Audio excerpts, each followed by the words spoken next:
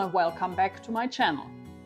To find new and interesting recipes in the keto environment, today we are traveling to Sweden and we will eat the typical Köttbullar, meatballs, as they prepare them in Sweden.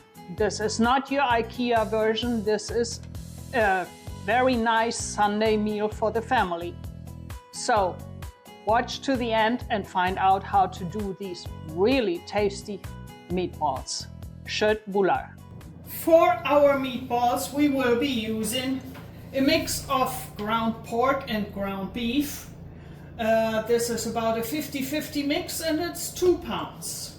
We will also use pepper, ground nutmeg, we will use allspice, oregano, salt, milk, egg, Parmesan cheese. Instead of panko breadcrumbs, we will be using pork rind. This is ground. 2 cloves of garlic, minced. Half a yellow onion, finely diced. And to fry, I will use a mix of olive oil and butter. The sauce is an important part of Swedish meatballs, and for this sauce we will need butter. Instead of flour we will use some other thickener. Any thickener that you feel comfortable with, please use that.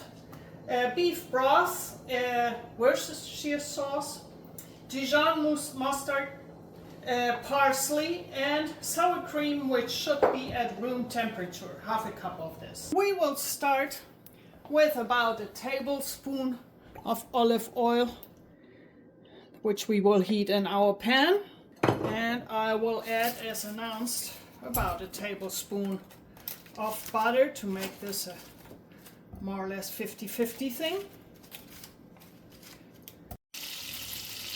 Now that our butter oil mix is hot, I will add the minced garlic and the half onion.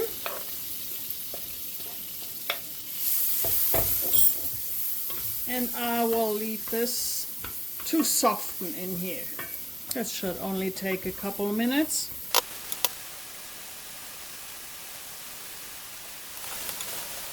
So these are softened, so I will turn off the heat and set these aside to cool while we prepare the rest of the meatball. While our onion is cooling down, we will begin with the meatballs, and we will, to our meat, add our pork rind,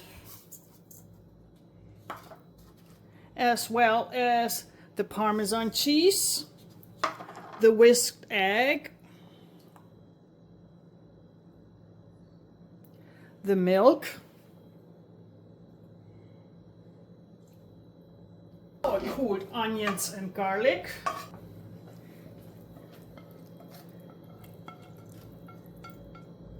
we need about a teaspoon of salt. To that we will also add about half a teaspoon of oregano, half a teaspoon of allspice, half a teaspoon of nutmeg,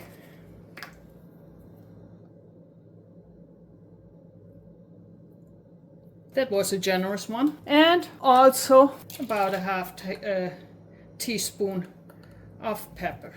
Now we will have to mix all this, and the best way to do this is with the hands. We will gently work this in. Careful not to overwork it, because that would only make the meatballs tough. In the next step I will portion out the meatballs.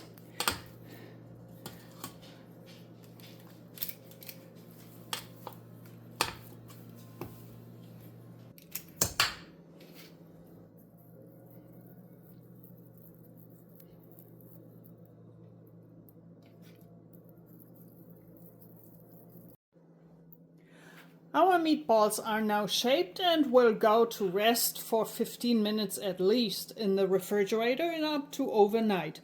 If you set them in the fridge for overnight, you should cover them with a plastic wrap. I will add 2 cups of broth.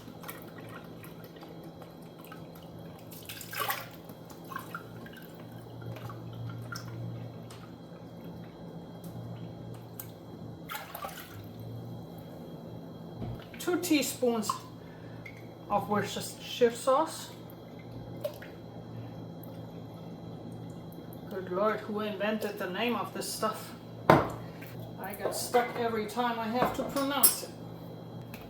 1 teaspoon of Dijon mustard and a teaspoon of dried parsley.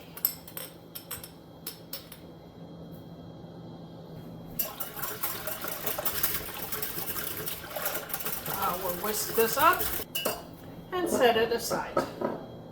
My pan is ready and I will begin to put in my meatballs.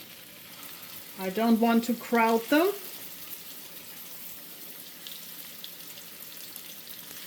I want to leave them abundant room to brown, and we'll make them in batches.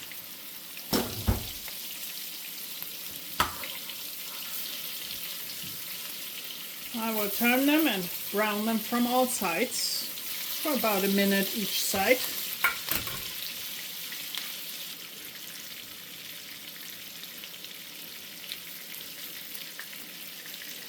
Once they are browned from all sides, I will remove them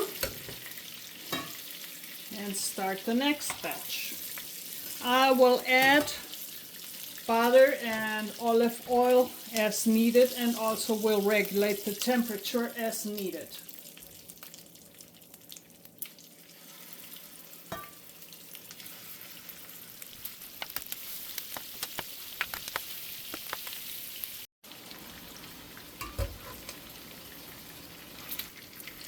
So these are the last of the meatballs.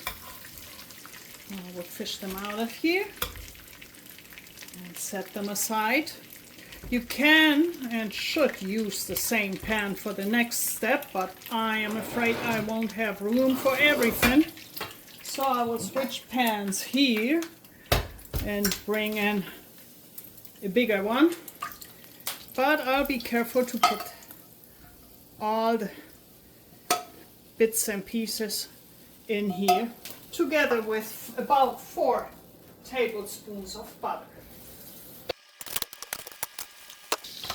I will put a little bit of xanthan gum in here so it starts to thicken the whole thing. And I will incorporate my broth mix. And I will let this simmer a moment. I will add about half a cup full of my sour cream into my bowl, and I will reduce the heat on my sauce. Spoon in a little bit of the sauce into my sour cream, mixing this.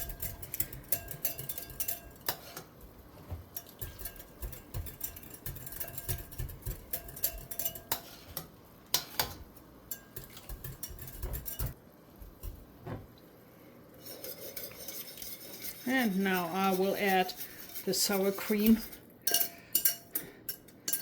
to my sauce. About shortchanging myself here. That's better. It's now getting time to taste test the sauce. That is perfect. In my book, it could have a little bit of pepper. I will now add my meatballs back into the sauce.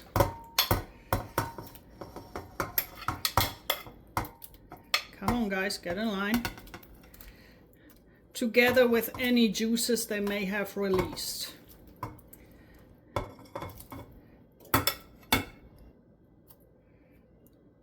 I'm glad I got a bigger pan because they do fit now.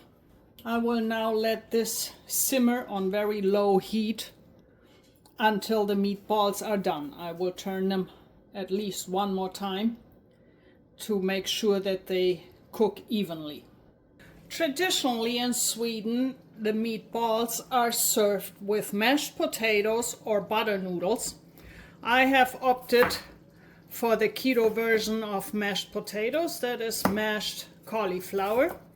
I am chopping up a head of cauliflower after rinsing it off, and I will put this in a pot with salt water and boil it until done without being a mush.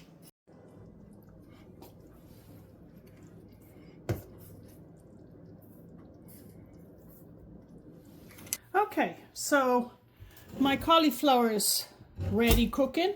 I have drained it, and I will now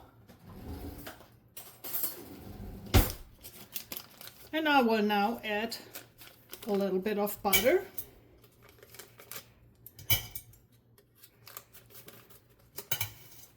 And probably a little bit of salt.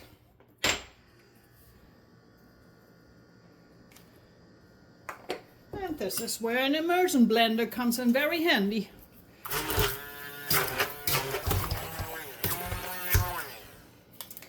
Ready. So here we have our meatballs and our mashed cauliflower. Swedes enjoy this with lingonberries. I had never heard of these, but I saw them and I picked them up and I decided to try them. They are not necessarily very keto friendly. They are about 9 grams of carb per tablespoon. I am eating a teaspoon. A little tart, very nice. First try the meatball by itself.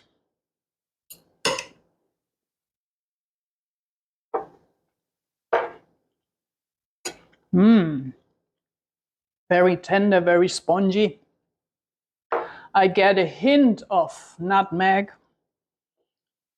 And the sauce is just, the meatball is juicy.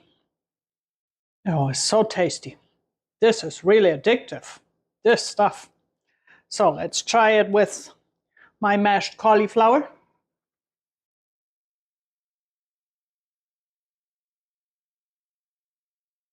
I can imagine that potatoes taste a touch better, but are a touch less keto. And now, with a little of the lingonberry. Oh yeah, I can understand why Swedish people like that. It's a very familiar sweet and salty taste profile. It's very nice. I will eat all this. I can only recommend Swedish Meatballs, Köttbullar.